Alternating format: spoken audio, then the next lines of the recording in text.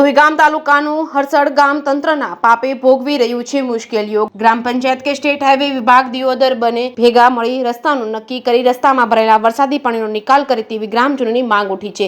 સરહદી પંથકમાં સરકારી બાબુઓના કારણે વિકાસના નામે દરબેદર જીરો થવાના આરે આવી રહ્યું છે, ત્યારે વધુ એક તંત્રના પાપે સુઈગામ તાલુકાના હરસડ ગામના લોકો ભોગવી રહ્યા છે હાલાકી, એવું ગ્રામજનો જણાવી રહ્યા છે। સરહદી વિસ્તાર સુઈગામથી રાધનપુર સ્ટેટ હાઈવેમાંથી નવાપુરા ગામ નજીક હરસડ ગામ તરફ જવાનો રસ્તો હરસડ ગામથી આગળ મસાલી માધરપુરા ગામ થઈને કસ્ટમ રોડને મળે છે, ત્યારે સ્ટેટ હાઈવેથી હરસડ ગામમાં તળતા જ ઘૂંટણસમાં વરસાદી પાણી ભરાઈ જાય છે। ત્યારે હરસડ ગામના લોકો નવાપુરા ગામ બાજુ ખેતરો આવેલા હોય છે, તેથી તેમને અવરજવર સાથે બાળકોને અભ્યાસ માટે ગામની શાળાએ આવવાનું હોય, જેથી કરી બાળકો પણ ગંદા પાણીમાં થઈને શાળાએ જતા હોય છે, ત્યારે બહુ મુશ્કેલીઓ પડી રહી છે। ત્યારે સ્ટેટ હાઈવે દિયોદર સાથે ગ્રામ પંચાયતના અધિકારીઓ નક્કી પણ કરી શકતા ન હોય તેવા સ્થાનિક ગામ લોકોએ આક્ષેપ તંત્ર સામે કર્યા છે। ત્યારે હરસડ ગામના ચૌધરી જગદીશભાઈ જણાવ્યા અનુસાર ગામની અંદર જેવા પ્રવેશી એવા જ 100 મીટર રસ્તાની બહુ દયનીય હાલત છે, જેમાં વરસાદી પાણીનો નિકાલ થતો નથી। તેથી હરસડ આજુબાજુના ગામો નાના મોટા વાહનો સાથે બનાસ ડેરીનું ટેન્કર દૂધ લેવા માટે આવે છે। વરસાદી પાણી ભરાઈ રહેવાથી રસ્તો નહીં ડામરનો કે આરસીસીનો,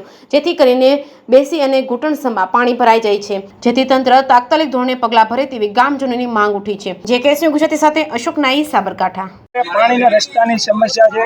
હરસડ ગામ તાલુકો સોઈગામ અવર જવરના 4 ગામ લાગે છે। રસ્તાના બહુ પ્રોબ્લેમ છે।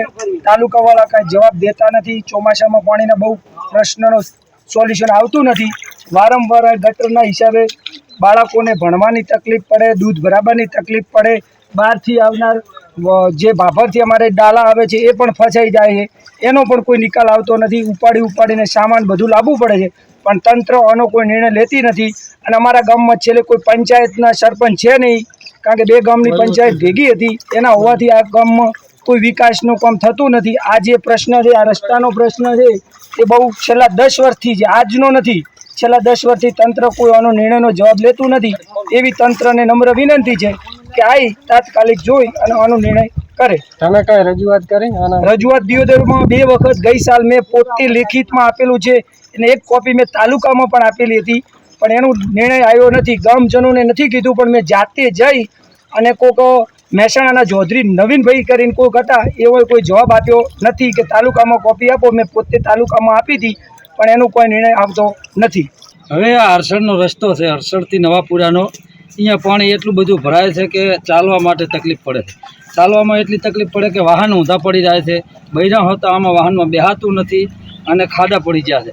જો આ રસ્તાનું પંચાયત નિવારણ ના કરે તો અહીંયા ચાલવામાં માધપુરા, મસાલી, હરસડ, નવાપુરા તમામના ચાલવાનો રસ્તો મેઇન રસ્તો જાય છે, અને અહીંયા ચાલવાથી ખાડા પડી જાય છે અને આ ગામને ખૂબ તકલીફ છે।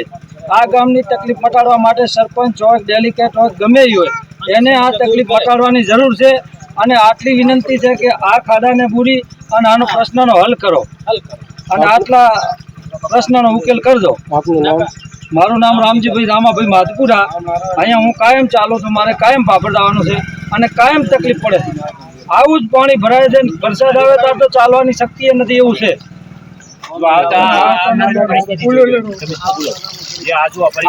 પરિસ્થિતિ તમે જુઓ, અને અહીંયા ચાલવામાં ખાલી માણસને ચાલુ હોય તો તકલીફ પડે। દીકરીને કે ભાઈને કે બાઇકથી ખૂબ તકલીફ થાય છે।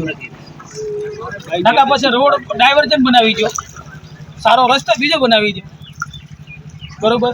તંત્ર ધારે તો રસ્તો સારો બનાવી દે। આ રસ્તાનો ક્યાં હાટો છે? બીજો તંત્ર ધારે રસ્તો બનાવી દે, અમારો રસ્તો બીજો બનાવી દો કે અમે તકલીફમાં હેરાન ન થાય એવો।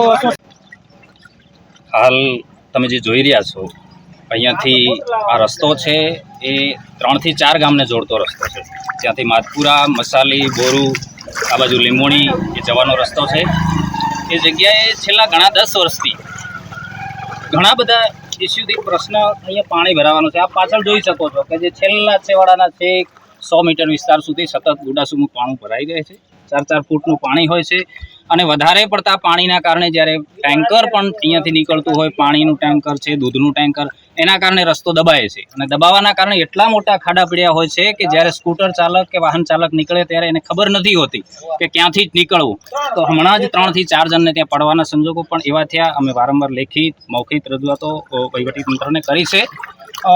જે પણ કારણ હોય, ખબર નથી કયા કારણસર નથી થતું, એમણે પણ એમના પ્રયત્નો કર્યા હશે, પણ ગામની વચ્ચે આવી ગામની સાથે મળી યુવાનોની સાથે મળી આ પ્રશ્ન નીકળે, અહીંયાનો ઉકેલ આવે, અહીંયાથી પાણી નીકળે, કે જેના કારણે અત્યારે જોઈ રહ્યા ચોમાસાનો માહોલ છે અને વર્તમાન સમયમાં ગુજરાતની અંદર સમગ્ર ભારતની અંદર જે ચાંદીપુરમ વાયરસ નીકળી રહ્યો છે એના લક્ષણો આ મચ્છરોમાંથી ઉત્પન્ન થતા હોય છે.